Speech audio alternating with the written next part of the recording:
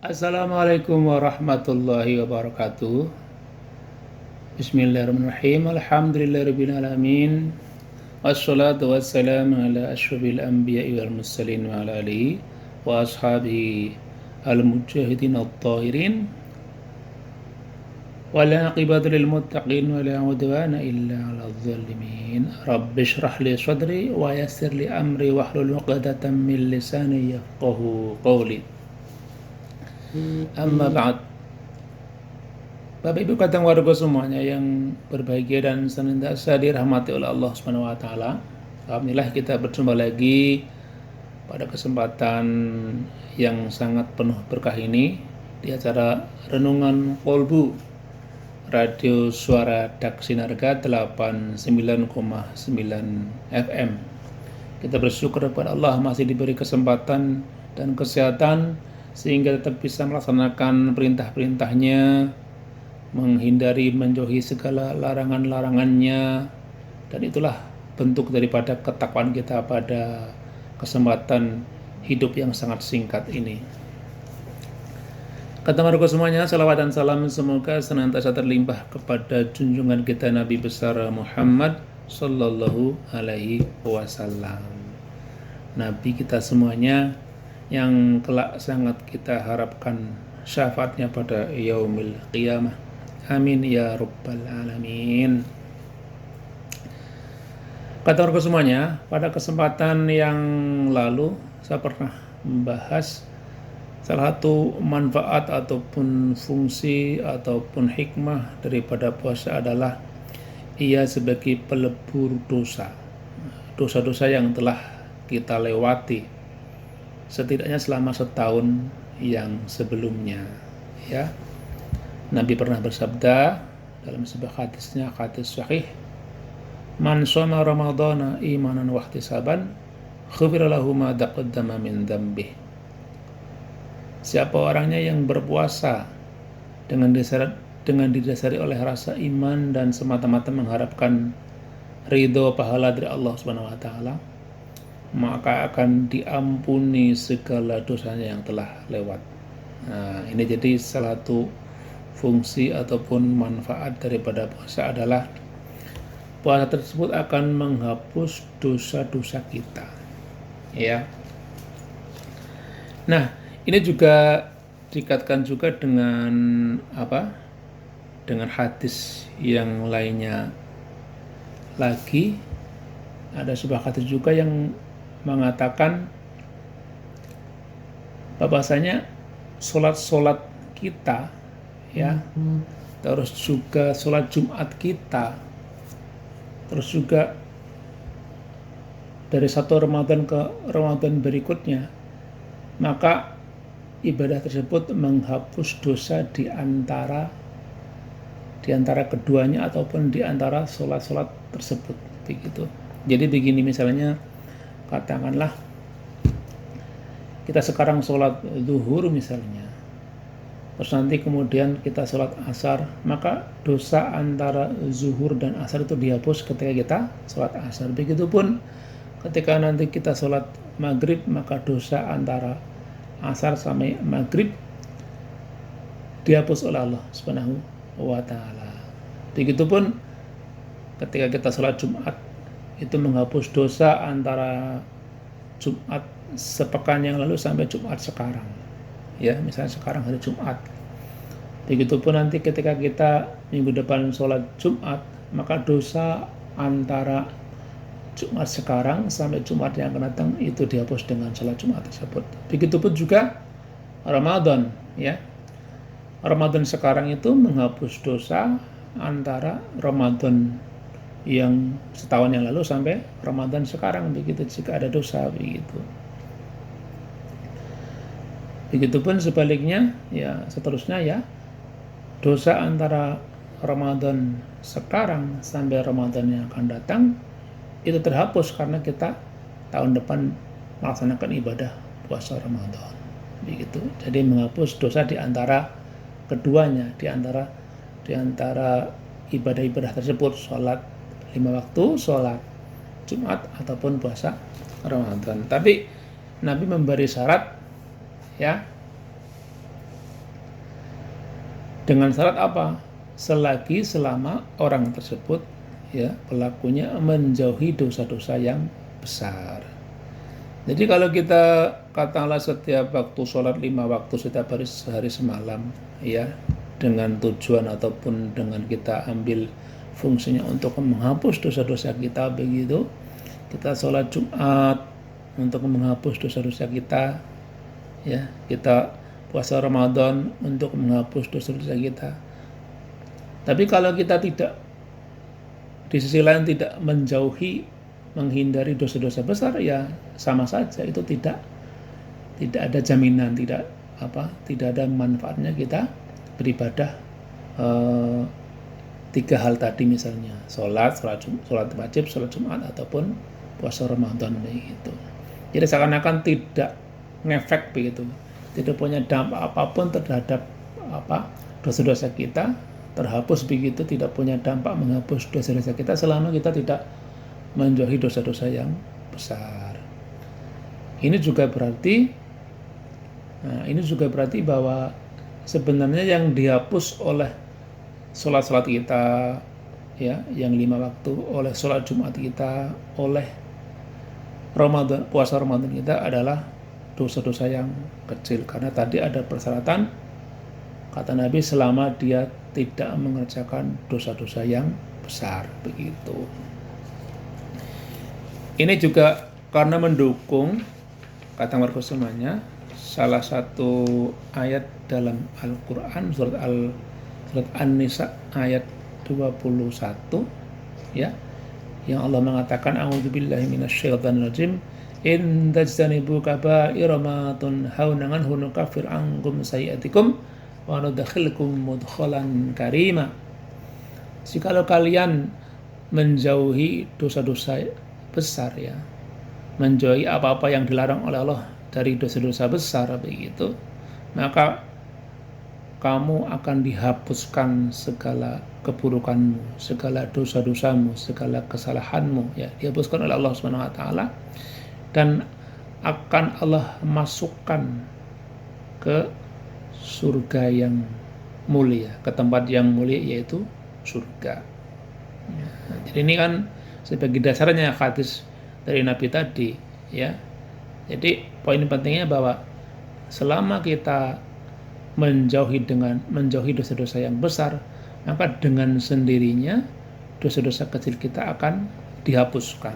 Walaupun mungkin katakanlah kasarannya gitu ya, kasarnya kita tidak pernah beristighfar kepada Allah Subhanahu wa taala. Seperti saya pernah sampaikan, andikan kita tidak istighfar pun, tapi kita selalu mengerjakan kebaikan, maka dengan sendirinya kebaikan tersebut akan menghapus dosa-dosa dan kesalahan kita. Jadi mungkin juga sekaligus bisa ditekankan di sini ya, bahwasanya ketika kita sekarang sedang berpuasa Ramadan, ya harusnya di sisi lain kita menjaga diri sebisa mungkin, semampu mungkin agar menghindari dosa-dosa yang besar begitu. Jadi katakanlah kita berpuasa Ramadan tapi musyrik kepada Allah, yaitu kan syirik dosa besar ya, tidak ada fungsinya kita berpuasa, tidak ada manfaatnya untuk menghapus dosa kita ya, tidak ada manfaat ke sana begitu, tidak ada fungsi ke sana, kalau tidak ada fungsi untuk menghapus dosa kalau kita puasa Ramadan tapi di sisi lain kita malah musyrik kepada Allah. Atau mungkin dosa-dosa besar yang lain selain musyrik ya, kita misalnya berzina ya, kita bersumpah palsu, kita di sisi lain tidak mengerjakan sholat. Karena kan kalau kita meninggalkan sholat ya, tarikus sholah, nah, itu kata Nabi termasuk dosa yang sangat besar sekali. Karena kalau kita sengaja meninggalkan kewajiban 5 waktu kita, kewajiban sholat 5 waktu, itu dosanya lebih besar daripada zina sekian kali begitu. Bayangkan ya, secara sengaja meninggalkan sholat gitu. Jadi kalau misalnya ada pertanyaan, katakanlah saya berpuasa tapi saya tidak sholat, itu di sisi lain kita mengerjakan kebaikan ya puasa Ramadan untuk menggugurkan kewajiban kita sebagai muslim, yaitu kewajiban untuk puasa Ramadan, dan di sisi lain untuk menghapus menghilangkan dosa-dosa kita yang telah lewat. Rencananya mungkin niatnya, motifnya seperti itu ya. Tapi di sisi lain kita mengerjakan atau melakukan dosa yang nilainya sangat besar sekali, sangat luar biasa, bahkan mungkin melebihi dosanya seandainya kita tidak mengerjakan puasa, kan begitu ya. Di dosa meninggalkan sholat dengan sengaja dibanding dosa tidak puasa lebih besar lagi dosanya orang yang tidak sholat. Na'udzubillah, tsumma na'udzubillah. Ya, bagaimana kalau seperti itu? Ya, mungkin kalau mungkin saya aja secara kaku ya, dia mengerjakan puasa Ramadan begitu, ya sekedar menggugurkan kewajibannya saja, tapi tidak bisa kemudian puasa tersebut menghapus dosa-dosanya, ya, menghapus dosa yang telah lewat. Karena itu tadi, kita di sisi lain mengerjakan dosa yang sangat besar, yaitu meninggalkan sholat. Karena sebenarnya kalau kita kaji secara lebih dalam ya, kata warga semuanya, rukun Islam itu kan berjenjang ya. Jadi sebagai dasarnya adalah akidah, yaitu asyhadu alla ilaha illallah wa asyhadu anna muhammadar rasulullah. Ya, kita bersaksi tidak ada Tuhan selain Allah dan bahwa Muhammad utusan Allah. Setelah kita punya fondasi iman, fondasi syahadat tadi itu, akidah tadi itu ya, mengakui keesaan Allah, mengakui kenabian Muhammad, baru dilanjutkan ikutannya, yaitu kita mengerjakan kewajiban yang kedua, yaitu ibadah sholat. Jadi syahadat terus sholat. Ini yang pertama, yang kewajiban yang pertama setelah kita syahadat adalah kita mengerjakan sholat ya. Jadi sholat tidak akan diterima kalau kita tidak punya fondasi syahadat, kan begitu, logikanya kan semacam itu. Bagaimana kita mau mengerjakan sholat diterima oleh Allah ketika kita bukan orang muslim, ketika kita tidak mengakui keilahian ataupun ketuhanan Allah dan kenabian Muhammad SAW. Nah, jenjang berikutnya baru ya kita mengerjakan puasa, terus zakat, atau mungkin zakat terus puasa begitu, terus haji. Artinya normatifnya begitu, kata warga semuanya, haji, puasa ataupun zakat itu baru dikerjakan setelah kita sholatnya benar begitu, setelah kita sholatnya dikerjakan dengan sebaik-baiknya. Setidaknya jangan sampai ditinggalkan lah begitu dengan sengaja. Andai kan kita mungkin belum bisa khusyuk ya, belum bisa mungkin kualitasnya bagus ketika sholat begitu ya, belum ideal lah katakanlah demikian, itu tidak masalah. Yang penting kita akan mengerjakan karena merupakan bentuk ketundukan kita kepada Allah Subhanahu wa taala, kan begitu. Kan mungkin orang masih banyak yang awam ya, salatnya baru sekedar bacaannya mungkin belum fasih begitu kan, terus mungkin hatinya belum khusyuk, belum tumakninah gerakan-gerakannya. Ya sambil berjalan itu bisa dimaklumi. Nanti kan sedikit demi sedikit, waktu demi waktu bisa kita perbaiki. Tapi jangan sampai setiap, kan itu salat ada waktu-waktunya. Pokoknya setiap waktunya, zuhur, asar, maghrib, isya, subuh, itu selalu kita mengerjakannya, mendirikannya ya, semampu kita ya. Syukur bisa berjamaah ya, syukur bisa khusyuk, syukur bisa tumanina, syukur bisa fasih ya, makhrijnya, masuk hurufnya juga betul. Terus kita juga tahu makna-makna yang terkandung dalam bacaan yang kita lafalkan begitu. Itu idealnya kan seperti itu. Tapi andai kan belum sampai ke taraf seperti itu, ya setidaknya kita mengerjakannya sesuai dengan syarat dan rukun yang sudah ditentukan oleh para ulama ya, sesuai dengan aturan yang dicontohkan oleh Nabi kita Muhammad Sallallahu Alaihi Wasallam. Begitu. Dari segi lahiriahnya lah katakanlah sudah betul, itu tidak masalah. Misalnya kita belum sampai ke taraf khusyuk dan semacamnya, tapi minimal kita mengerjakannya sebagai tadi saya katakan bentuk ketundukan kita kepada seruan Allah Subhanahu wa taala untuk menyembah, untuk tunduk, untuk bersujud kepada Allah Subhanahu wa taala. Ya. Mungkin itu sedikit yang kami sampaikan. Sebagai kesimpulannya, ya, marilah kita jaga, marilah ini kok mati dipotong Mas Abi.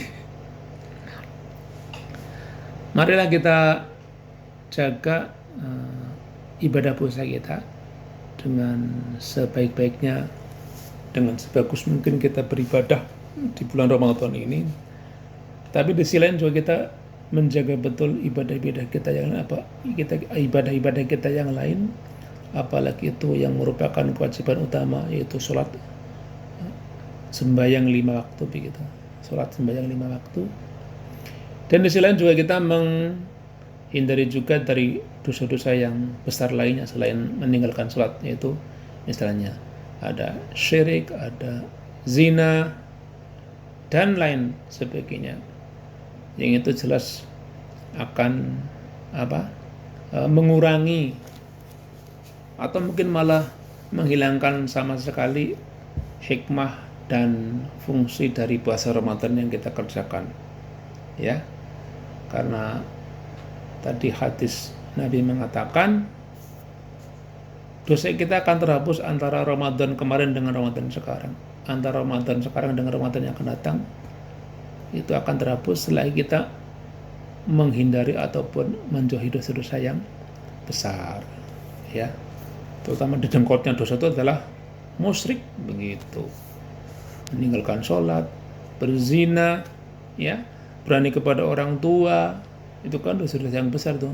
Memakan riba, ya, memakan harta anak yatim, bersumpah palsu, ya, itu beberapa perkara yang merupakan perbuatan dosa besar yang sangat dimurkai oleh Allah Subhanahu wa taala, yang tidak akan diampuni kecuali kita bertobat kepada Allah Subhanahu wa taala. Syirik itu kan termasuk dosa yang tidak bisa diampuni kecuali kita harus bertobat dahulu, istighfar, dan tidak berjanji, berkomitmen tidak akan mengerjakannya lagi. Amin ya rabbal alamin. Demikian, semoga bermanfaat. Usikum wa nafsi bitaqwallah. Wassalamualaikum warahmatullahi wabarakatuh.